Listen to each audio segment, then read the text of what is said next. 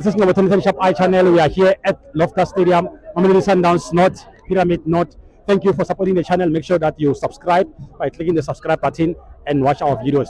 My brother, how do you feel about the game today? The game was fine, my brother, but complaining on certain things. Sundowns must buy a left back. If Boytool is out, then we have almost Tapulmura cost us today. So, but Allende, he played well. Played very well. Yeah, and let's hope we go to Egypt and get maybe a win. Because now I can see on the group, that group, even Tipi Mazembe through yesterday. Yeah, so that group it's gonna be a tough one. Yeah. So in terms of the left back, what about Mashiro? Do you think he's not good enough?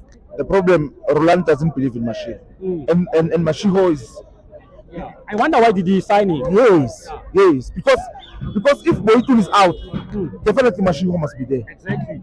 Yes. But now he brought Tapelo Morena. Almost it cost us. But we take the draw, then we move forward. Yeah, at least with a clean sheet, it's something else. It's something. Yeah, we move forward. But but anyway, Paramis is a good team. It's a very good team. It's a very good team.